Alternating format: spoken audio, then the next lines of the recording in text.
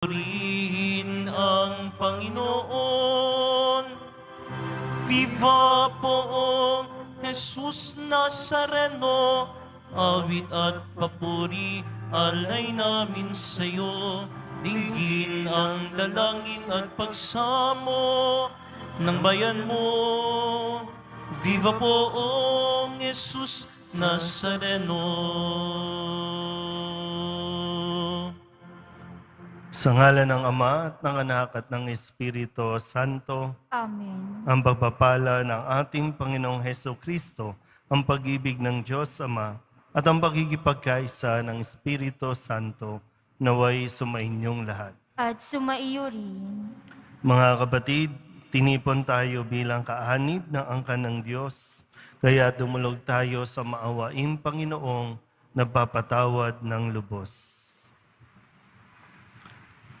Sinugong tagapagpagaling sa mga nagsisisi, Panginoon, kaawaan mo kami. Panginoon, kaawaan mo kami. Dumating na tagapaganyayang mga makasalanan ay magsisi, Kristo, kaawaan mo kami. Kristo, kaawaan mo kami. Nakaluklok ka sa kanan ng Diyos Ama para ipamagitan kami, Panginoon, kaawaan mo kami.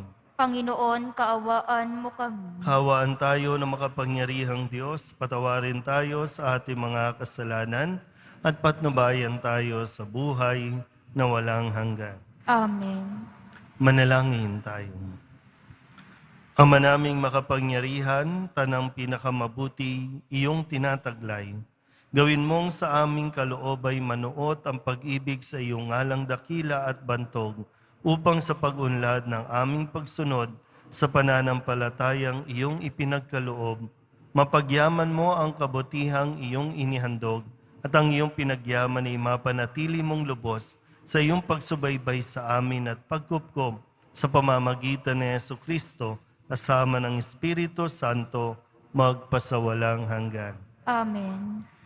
Pagbasa mula sa unang sulat ni Apostol San Pablo sa mga taga-Tesalonika. Mga kapatid, ibig naming malaman ninyo ang katotohanan tungkol sa mga namatay na, nang hindi kayo magdalamhati tulad ng mga taong walang pag-asa. Naniniwala tayong si Jesus ay namatay at muling nabuhay. Kaya naman, naniniwala tayong bubuhayin din ng Diyos ang lahat ng namatay na nananalig kay Jesus upang isama sa Kanya. Ito ang aral ng Panginoon na sinasabi namin sa inyo.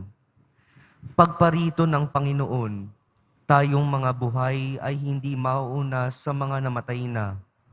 Sa araw na yaon, kasabay ng malakas na utos, ng tinig ng arkanghel, at ng tunog ng trompeta ng Diyos, bababa ang Panginoon mula sa langit.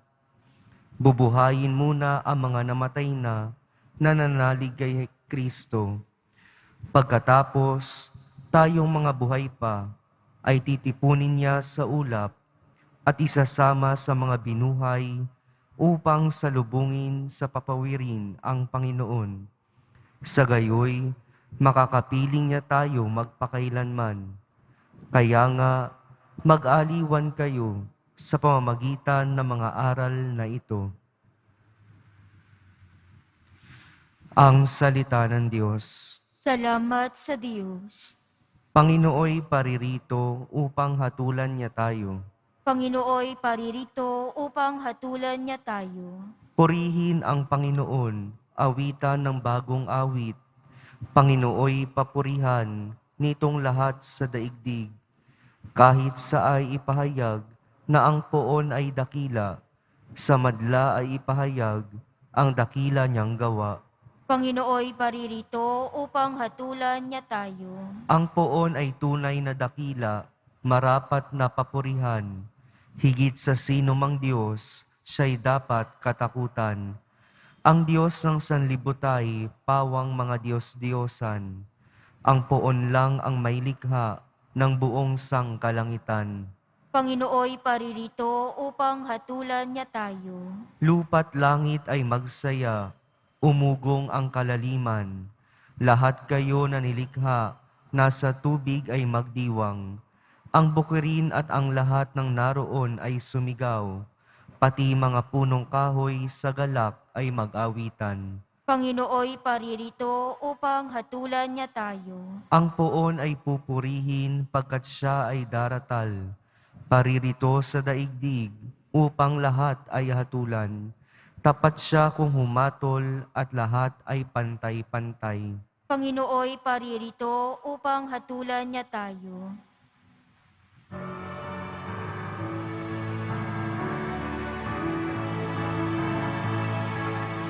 Alleluia, Alleluia, Alleluia,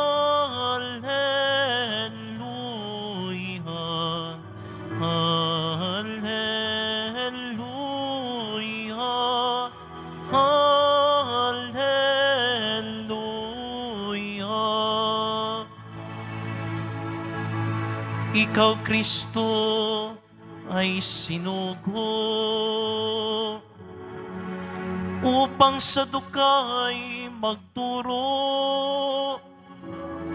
magpalayha sa bilanggo.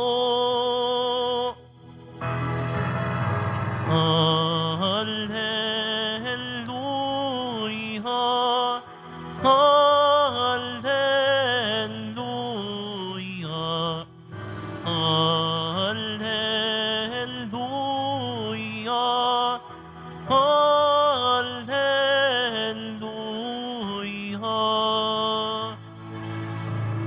Sumainyo ang Panginoon. At sumaiyo rin. Ang mabuting balita ng Panginoon ayon kay San Lucas. Papuri sa iyo, Panginoon. Noong panahong iyon, umuwi si Jesus sa Nazaret na kanyang nilakhan. Gaya ng kanyang kinagawian, pumasok siya sa sinagoga ng araw ng pamamahinga. Tumindig siya upang bumasa at ibinigay sa kanya ang aklat ni Propeta Isaías. Binuksan niya ang aklat sa dakong kinasusulatan ng ganito. Sumasa akin ang Espiritu ng Panginoon, sapagkat hinirang niya ako upang ipangaral sa mga dukha ang mabuting balita. Sinugo niya ako upang ipahayag sa mga bihag na sila'y lalaya at sa mga bulag na sila'y makakakita, upang bigyang kaluwagan ng mga sinisiil at ipahayag ang pagliligtas na gagawin ng Panginoon. Nilulun niya ang kasulatan at matapos isauli sa tagapaglingkod, siya'y naupo. Nakatitig sa kanya ang lahat ng sinagoga at sinabi niya sa kanila, natupad ngayon ang bahaging ito ng kasulatan, samantalang nakikinig kayo. Pinuri siya ng lahat at namangha sa kanyang napakahusay na pananalita. Hindi ba ito ang anak ni Jose? Tanong nila. Kaya't sinabi ni Jesus, walang pagsalang babanggitin ninyo sa akin ang kawikaang ito. Doktor, gamutin mo ang iyong sarili. Sasabihin din ninyo sa akin, gawin mo naman sa iyong sariling bayan ang mga nabalitaan naming ginawa mo sa Capernaum. At nagpatuloy ng pagsasalita si Jesus. Tandaan ninyo, walang propetang kinikilala sa kanyang sariling bayan, ngunit sinasabi ko sa inyo, maraming babaeng balo sa Israel noong kapanahunan ni Elias nang hindi umulan sa loob ng 3 taon kalahati at magkaroon ng matinding tagutom sa buong lupain. Subalit hindi sa kanino man sa kanila pinapunta si Elias, kundi sa isang babaeng balo sa Sarepta, sa lupain ng Sidon. Sa dinami-dami ng mga ketongin sa Israel noong kapanahunan ni Eliseo, walang pinagaling isa man sa kanila. Sinaaman pang taga-Syria ang pinagaling. Galit na galit ang lahat ng nasa sinagoga nang marinig ito. Nagtindigan sila at pinagtabuyan siyang palabas sa taluktok ng burol na kinatatayuan ng bayan upang ibulid sa bangin. Ngunit dumaan siya sa kalagitnaan nila at umalis. Ang mabuting balita ng Panginoon. Pinupuri ka namin, Panginoong Heso Kristo. Isang magandang araw po sa inyong lahat. Sa atin pong ebanghelyo, narinig natin ang kwento ng kung saan si Heso Kristo nagpapakilala bilang propeta o ginagampanan niya ang kanyang pagiging propeta.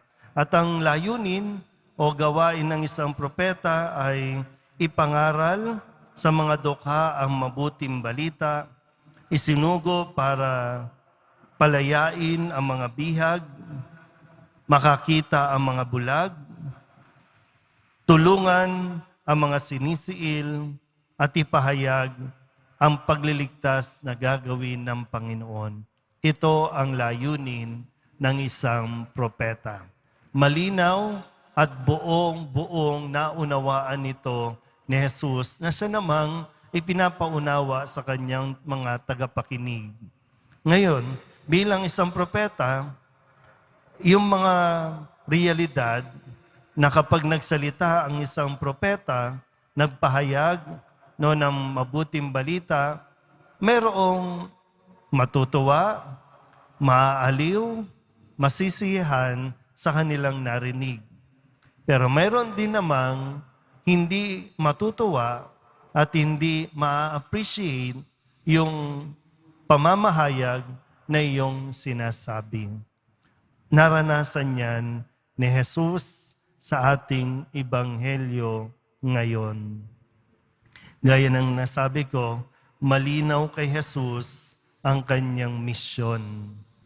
Kaya't hindi siya magpapatinag sa mga papuri, maging sa mga negatibong komento o ayaw sa kanya.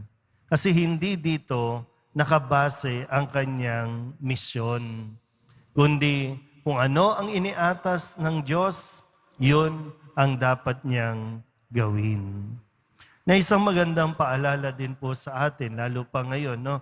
Na kung saan marami sa kanila, narinig natin ang kwento, na tumulong para palayain ang bayan, sumalungat sa mga katiwalian, hindi natakot magsalita, lumaban, kahit na maging ang kabayaran nito o kapalit nito ay ang kanilang buhay.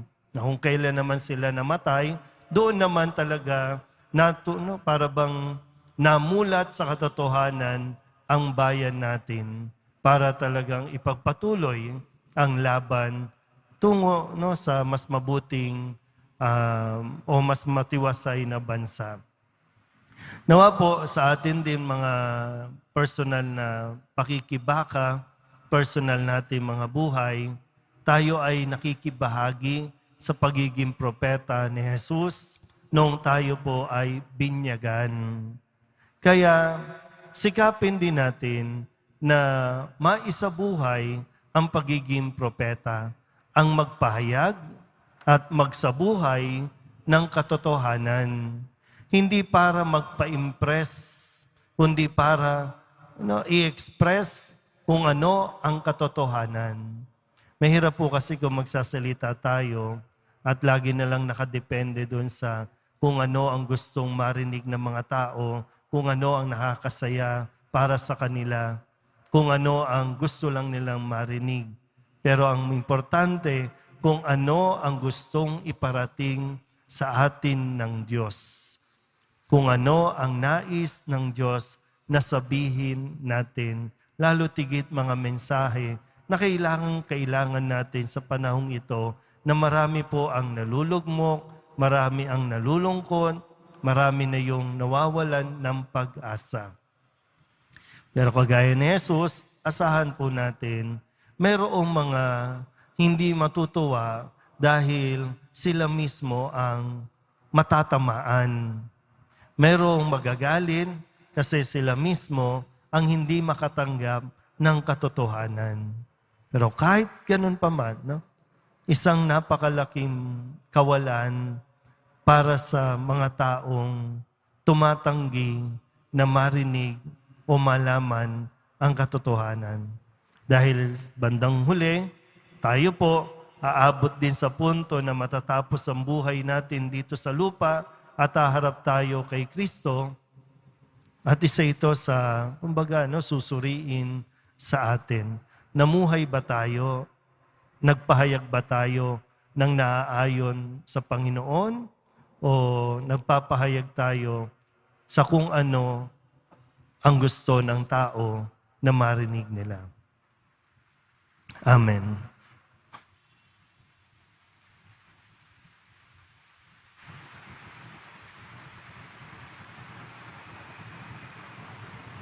Minamahal ko mga kapatid, tinanggihan si Jesus ng sarili niyang mga kababayan. Tanggapin natin siya ng may pananampalataya at manalangin tayo sa kanyang pangalan.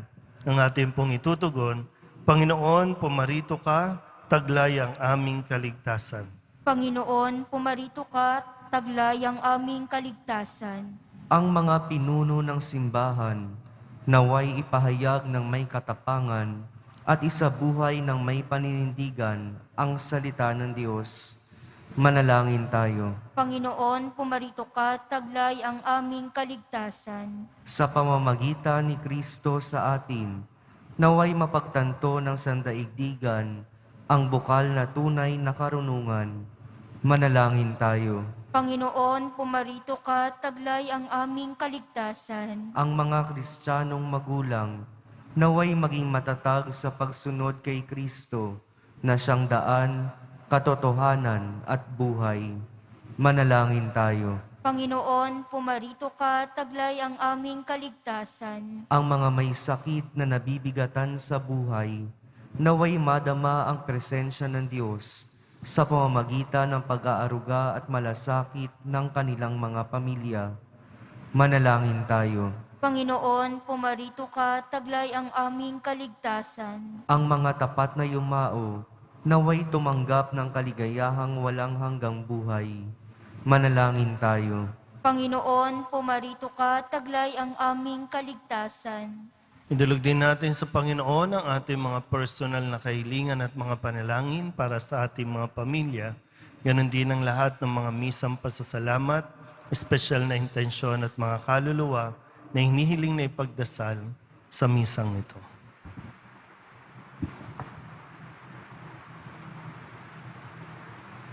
Ang lahat ng ito hinihiling namin sa ngalan ni Kristo, aming Panginoon. Amen.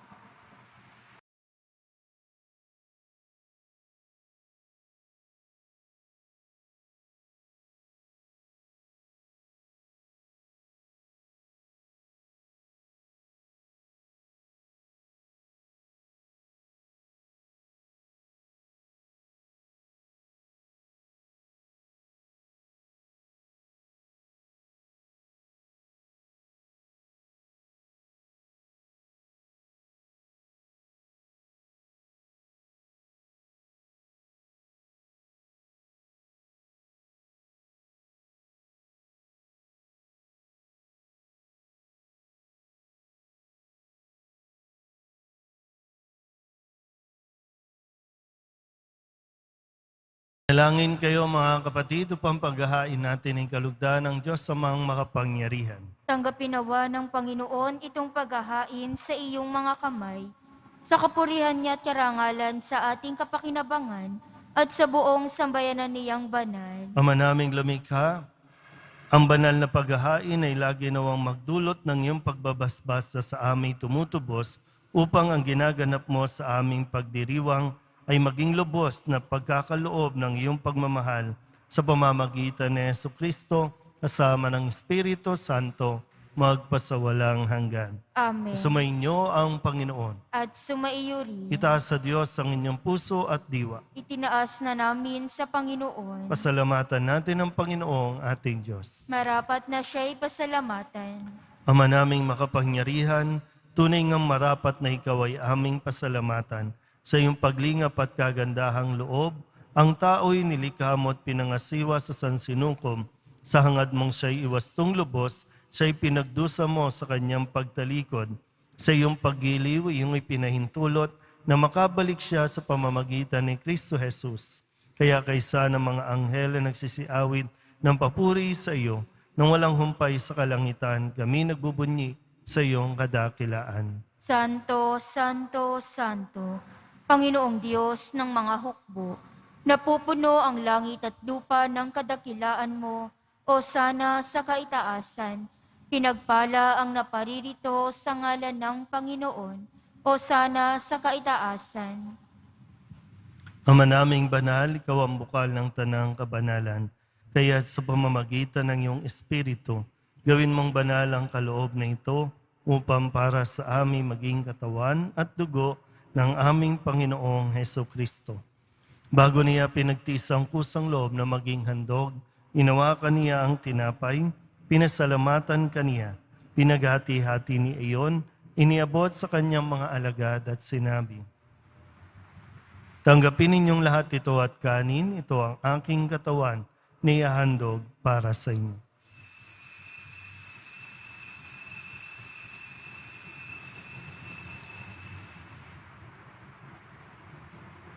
Gayun din naman ang matapos ang hapunan, inawakan niya ang kalis, muli kaniyang pinasalamatan.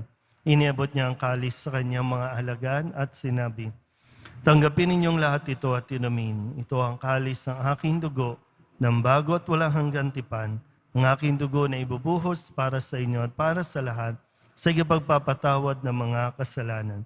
Gawin ninyo ito sa pag-alaala sa akin."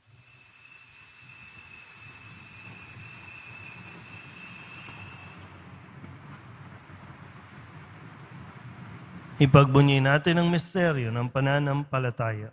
Si Kristo'y namatay, si Kristo'y nabuhay, si Kristo'y babalik sa wakas ng panahon. Ama, ginagawa namin ngayon ang pag-alaala sa pagkamatay at muling pagkabuhay ng iyong anak, kaya tiniaalay namin sa iyo ang tinapay na nagbibigay buhay at ang kalis na nagkakaloob ng kaligtasan. Kami napapasalamat dahil kami iyong minarapat na tumayo sa harap mo para maglingkod sa iyo. Isinasamo namin kami magsasalo-salo sa katawan at dugo ni Kristo ay mabuklod sa pagkakaisa sa pamamagitan ng Espiritu Santo. Ama, lingapin mo ang iyong simbahang laganap sa buong daigdig. Puspusin mo kami sa pag-ibig kaysa ni Francisco na aming Papa at ni Jose na aming Obispo at ng Tanang Kaparian. Alalahanin mo rin ang mga kapatid naming nahimlay na may pag-asang sila'y muling mabubuhay, gayon din ang lahat ng mga pumanaw. Hawaan mo sila at patuloyin sa iyong kaliwanagan. Hawaan mo at pagintapating kaming lahat na makasalo sa iyong buhay na walang wakas. Kaysa ng mahal na Birhen Maria na Ina ng Diyos, ng kabiyak ng puso niyang si San Jose. Kaysa ng mga apostol at ng lahat ng mga banal na namuhay dito sa daigdig ng kalugod-lugod sa iyo, may pagdiwang nawa namin ang papupuri sa kararangal mo sa pamamagitan ng iyong anak na aming Panginoong Heso Kristo. Sa pamamagitan ni Kristo, kasama niya at sa Kanya, ang lahat ng parangal at papuri ay sa iyo, Diyos amang makapangyarihan, kasama ng Espiritu Santo, magpasawalang hanggan. Amen, amen, amen, amen.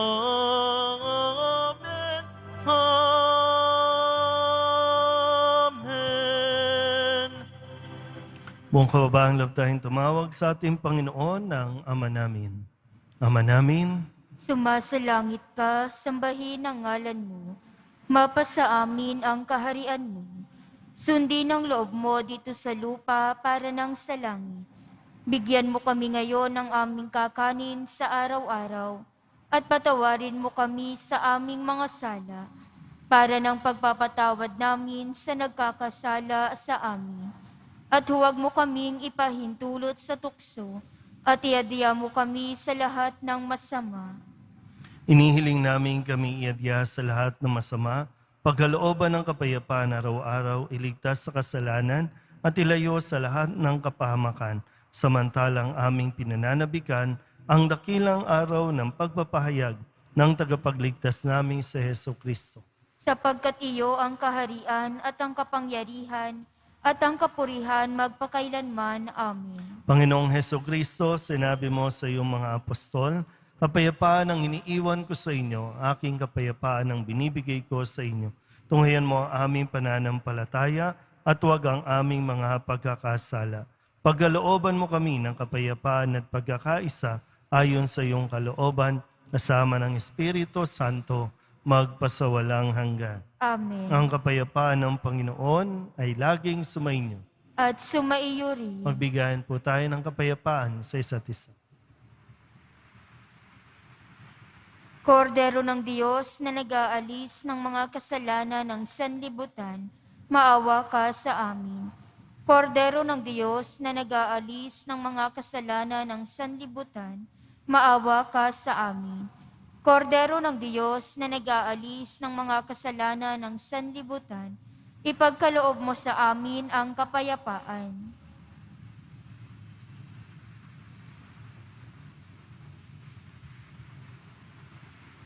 Ito ang kordero ng Diyos. Ito ang nag-aalis ng kasalanan ng sanlibutan. Mapalad ang mga inaanyayahan sa kanyang piging. Panginoon, hindi ako karapat-dapat na magpatuloy sa iyo, ngunit sa isang salita mo lamang ay gagaling na ako. Katawan ni Kristo, Amen.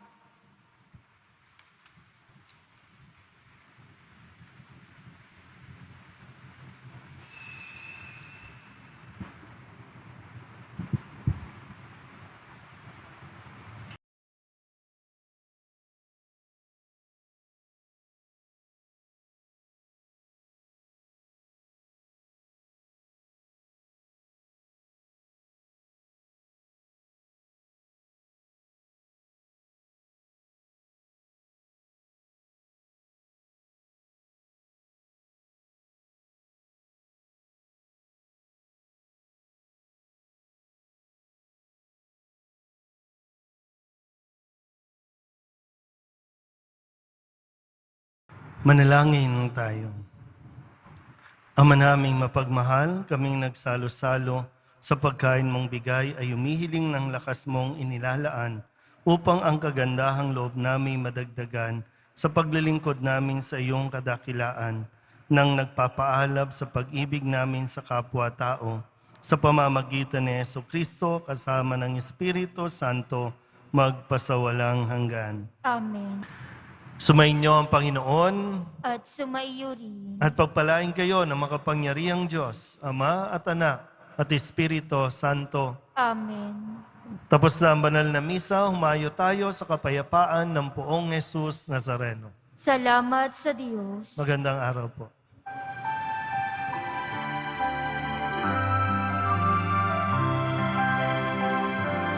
Nuestro Padre Jesus Nazareno, sinasamba ka namin, pinipinto ka namin, aral mo ang aming buhay at kaligtasan. Nuestro Padre Jesus Nazareno, iligtas mo kami sa kasalanan. Ang krus mong kinamatayan ay sagisag ng aming kaligtasan. Nuestro Padre Jesus Nazareno, dinarangal ka namin. Nuestro Padre Jesus Nazareno, nilulwalhati ka namin. Nuestro Padre Jesus Nazareno,